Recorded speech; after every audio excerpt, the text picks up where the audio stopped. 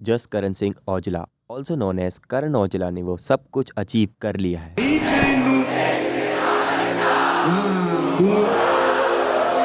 Globally एक बहुत बड़ा नेम, फेम और पैसा।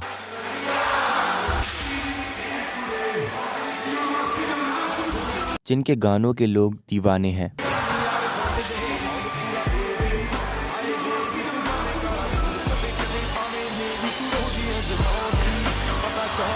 जिनके शो के टिकट्स 2 मिनट के अंदर ही सोल्ड आउट हो जाते हैं। कहेंगी जट कर जू दोहां दा चंगा तुसी है मेरा कदे गल करिए बाज काली काली।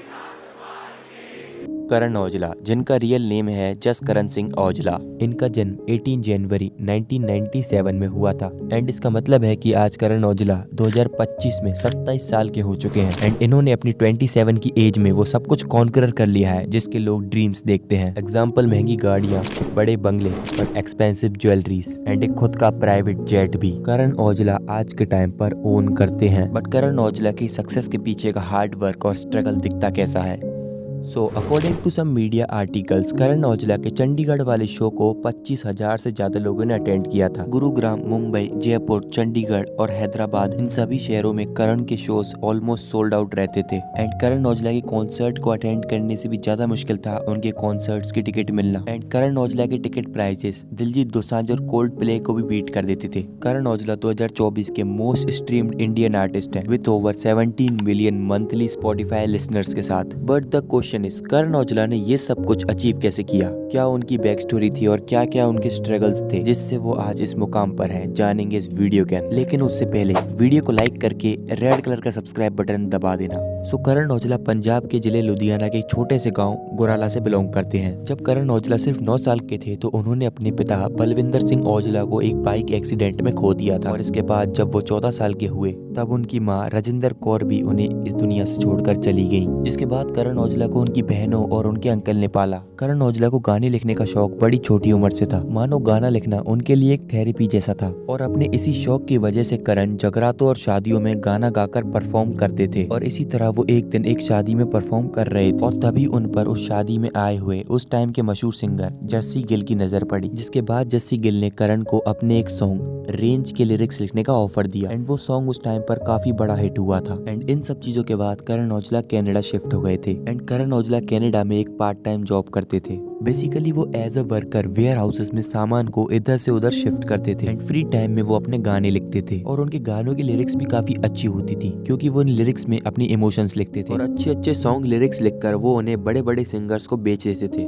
बट एक पॉइंट पर आने के बाद करण औजला को ये रियलाइज हुआ कि जो गाने वो दूसरे सिंगर्स के लिए लिखते हैं वो काफी अच्छा परफॉर्म करते हैं, तो क्यों ना वो इन गानों को खुद के लिए लिखना चालू करें। एंड इस थॉट के बाद उन्होंने अपने लिए 2 गाने लिखे जिसमें से उनका एक डेब्यू सॉन्ग सेल फोन भी था। बट अनफॉर्चुनेटली उनके इन दोनों गानों ने ही कुछ ज्यादा खास परफॉर्म नहीं किया एंड इस पॉइंट पर गिव अप करने की जगह करण औजला ने पंजाबी म्यूजिक इंडस्ट्री के काफी सारे म्यूजिक प्रोड्यूसर से रिलेशन बिल्ड करना स्टार्ट कर दिया एंड इसके बाद उन्होंने अपने दोस्त के साथ मिलकर एक यूट्यूब चैनल बनाया जिसका नाम था रेहान रिकॉर्ड्स एंड वो उस चैनल पर अपने म्यूजिक वीडियोस अपलोड करते थे। बट उनके वीडियोस डिसेंट ही परफॉर्म करते थे। लेकिन फिर एक दिन अक्टूबर 2018 उन्होंने अपना एक गाना डोंट वरी रिलीज किया एंड यही वो गाना था जिन्होंने उनका सब कुछ चेंज करके रख दिया। करण औजला ने बताया कि उनका गाना डोंट वरी उस टाइम पर दिन के 5 मिलियन व्यूज हिट कर रहा था एंड कुछ ही टाइम के बाद डोंट वरी ने 50 मिलियन व्यूज हिट कर लिए एंड डोंट वरी की इस सक्सेस के बाद करण औजला ने डिसाइड किया कि अब वो इंडिपेंडेंट रहकर खुद के लिए गाने लिखेंगे एंड डोंट वरी के हिट होने के बाद करण औजला ने अपने अगले गाने पर काम करना स्टार्ट कर दिया क्योंकि उनका मानना ये था कि उनको अगर इस गेम में जीतना है तो उनको कंसिस्टेंसी मेंटेन करनी पड़ेगी एंड इसी रीजन से करण औजला उस टाइम पर हर महीने एक गाना रिलीज कर देते थे। जिसके बाद उन्होंने 2 AM और हिंट जैसे गाने रिलीज करे जो कि काफी अच्छे हिट हुए थे एंड उनका हिंट सॉन्ग यूट्यूब इंडिया के 5 दिन तक टॉप 1 पर रहा था एंड इसी के साथ करण औजला 2019 के मोस्ट स्ट्रीम्ड आर्टिस्ट भी बने थे एंड 2019 में ही करण ने उनकी गर्लफ्रेंड पलक से शादी कर ली एंड करण के गानों में से एक झांझर ने उन्हें इंटरनेशनल लेवल पर मशहूर कर दिया था एंड उनके गाने शेख और चिट्टा कुर्ता काफी दिनों तक ग्लोबली ट्रेंड कर रहे थे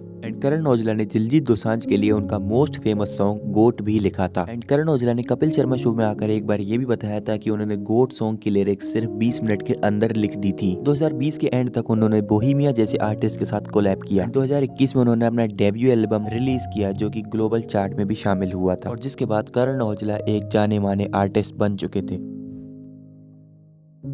पंजाबी म्यूजिक इंडस्ट्री का एक बहुत बड़ा डार्क पार्ट है। जिस भी पंजाबी आर्टिस्ट को फेम मिलना चालू होता है या फिर वो आर्टिस्ट लोगों की नजरों में आने लगता है तो उस पे हमले चालू हो जाते हैं। चाहने वालों के साथ साथ उसके हेटर्स भी बढ़ने लगते हैं। एंड इसी के साथ जो आर्टिस्ट कलम इस्तेमाल करता है वो कभी बंदूक नहीं चला सकता। फिर आती है करण औजला की सिद्धू मूसेवाला के साथ कंट्रोवर्सी। करण औजला और सिद्धू मूसेवाला दोनों ही एक दूसरे को अपने गाने के जरिए जवाब देते थे एंड दोनों आर्टिस्ट को ही गन कल्चर और वायलेंस प्रमोट करने के लिए क्रिटिसाइज किया जाता था। तो ये कंट्रोवर्सी तब स्टार्ट होती है जब सिद्धू मूसेवाला के गाने में करण औजला के लिए कुछ लाइंस लिखी गई थी जो सीधे करण औजला को टारगेट कर रही थी। ये बातें लीक होकर औजला की मैनेजमेंट टीम तक पहुंच जाती है जिसके बाद दोनों ही एक दूसरे को इंस्टाग्राम पर लाइव आकर और अपने शोज में टारगेट करते रहते थे। सिद्धू मूसेवाला की डेथ के बाद करण औजला को थोड़ा सा ज्यादा हेट मिलना चालू हो गया था उनकी पास्ट में हुई सारी कंट्रोवर्सीज की वजह से। एंड करण औजला और सिद्धू मूसेवाला की कंट्रोवर्सी इतनी बड़ी थी कि इवन उन्हें आज भी एक दूसरे से कंपेयर किया जाता है। एंड करण औजला अगर अपने यूट्यूब और इंस्टाग्राम पर कुछ भी चीज पोस्ट करते हैं तो वहां पर आपको एक ना एक सिद्धू मूसेवाला का कमेंट देखने के लिए मिल ही जाएगा जहां पर उन्हें लोग सिद्धू मूसेवाला से कंपेयर कर रहे होंगे। पास्ट में भी करण औजला पर कुछ ना कुछ इन्वेस्टिगेशन होती ही रही थी, फिर चाहे वो चंडीगढ़ में ट्रैफिक रूल तोड़ने की वजह से उन पर इन्वेस्टिगेशन होना हो या फिर कुछ रूल्स वायलेशन करने की वजह से उन्हें जेल पर बुलाना। अब क्योंकि करण औजला इतने बड़े नाम बन चुके थे तो उन्हें गिराने वाले हेटर्स भी बढ़ चुके थे, उन्हें मारने के थ्रेट्स आने लगे थे एंड उनके खिलाफ नेगेटिव पीआर भी चालू हो गई थी जो कि आज भी होती है। एंड उस टाइम पर करण पर हेट इतनी ज्यादा बढ़ चुकी थी कि जब भी वो कोई नया गाना रिलीज करते तो सबसे पहले उस पर हेट कमेंट्स ही देखने को मिलते थे।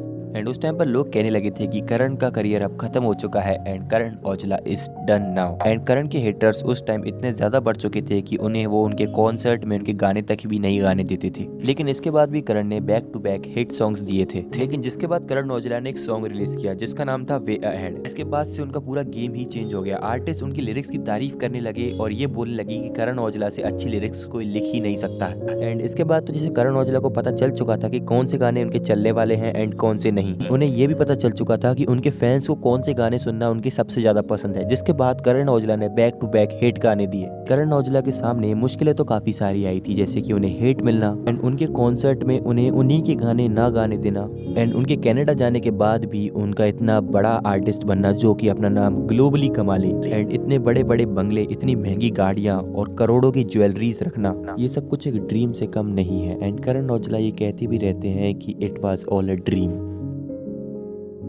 बट यहाँ पर एक क्वेश्चन अब ये भी बनता है कि इतने सारे लोग करण औजला के फैन कैसे हो गए हैं और इतने सारे लोग उनसे कनेक्ट कैसे कर पाते हैं। का सिंपल सा आंसर यही है कि करण औजला की म्यूजिक इंडस्ट्री के अंदर कोई भी बैकबोन नहीं थी, ना ही उनका कोई गॉडफादर था जो उन्हें म्यूजिक इंडस्ट्री में आगे पहुंचा सके। करण औजला ने सब कुछ अपने दम पे किया है और लोग उनकी मेहनत और उनका हसल जानते हैं। वो एक सिंपल और नॉर्मल फैमिली से ही उठकर आए हैं, इसीलिए लोग उनसे ज्यादा कनेक्ट कर पाते हैं। एंड जब करण औजला अपने ये सारी हसल और बैक स्टोरी अपने गानों की लिरिक्स में लिखते हैं तब लोग उनसे बहुत ज्यादा जल्दी से कनेक्ट हो जाते हैं। उनके गानों में लोग खुद को as a main character imagine करते हैं एंड इसी वजह से आज वो इतना बड़ा फैन बेस अपना बना पाए हैं एंड उनके लिरिक्स के लोग दीवाने हैं। एंड बड़े बड़े आर्टिस्ट उनकी लिरिक्स की काफ़ी ज़्यादा तारीफ़ें करते हैं क्योंकि वो लिखता ही इतना अच्छा है। जैसे कि उनके एक गाने विनिंग स्पीच की एक लिरिक्स है, बैठा डबल आर पाके विच बापू दी कमीज। एंड इस लाइन का मतलब है कि मैं अपने पिताजी की कमीज पहन के रोल्स रॉयल्स के अंदर बैठा हुआ हूँ। एंड करण औजला की इसी अच्छी इफेक्टिव लिरिक्स राइटिंग की वजह से लोग इनके दीवाने हैं एंड इसी वजह से लोगों ने इनको नाम दे रखा है गीता दी machine. So yes guys, that's it for today's video. And comment में जरूर से बताना है कि आपको करण औजला का कौन सा गाना सबसे ज्यादा अच्छा लगता है एंड आप करण औजला को कब से सुन रहे हो। एंड कमेंट में ये भी बताना कि आपको वीडियो कैसी लगी एंड करण औजला से आपको क्या क्या सीखने के लिए मिला। एंड अगर आपको ये वीडियो अच्छी लगी हो तो अपने से दोस्तों में शेयर कर देना और वीडियो को लाइक जरूर से कर देना और नीचे लाल कलर का सब्सक्राइब जरूर से दबा देना, क्योंकि मैं आपके लिए ऐसी ही वीडियोस फ्यूचर में लाता रहूंगा जिसमें मैं आपको बताऊंगा कि ये जो हाईली सक्सेसफुल लोग हैं वो सक्सेसफुल एक्चुअली में हुए कैसे एंड उनके source of earning and business के स्टडीज के ऊपर भी आपको इस चैनल पे आगे वीडियोस देखने के लिए मिलने वाली है। एंड अगर आपने वीडियो यहाँ तक देख लिया तो थैंक यू सो मच। जाते जाते वीडियो को लाइक कर देना और सब्सक्राइब जरूर से कर देना। मिलता हूँ मैं आपको किसी नेक्स्ट वीडियो के अंदर, तब तक के लिए टेक केयर।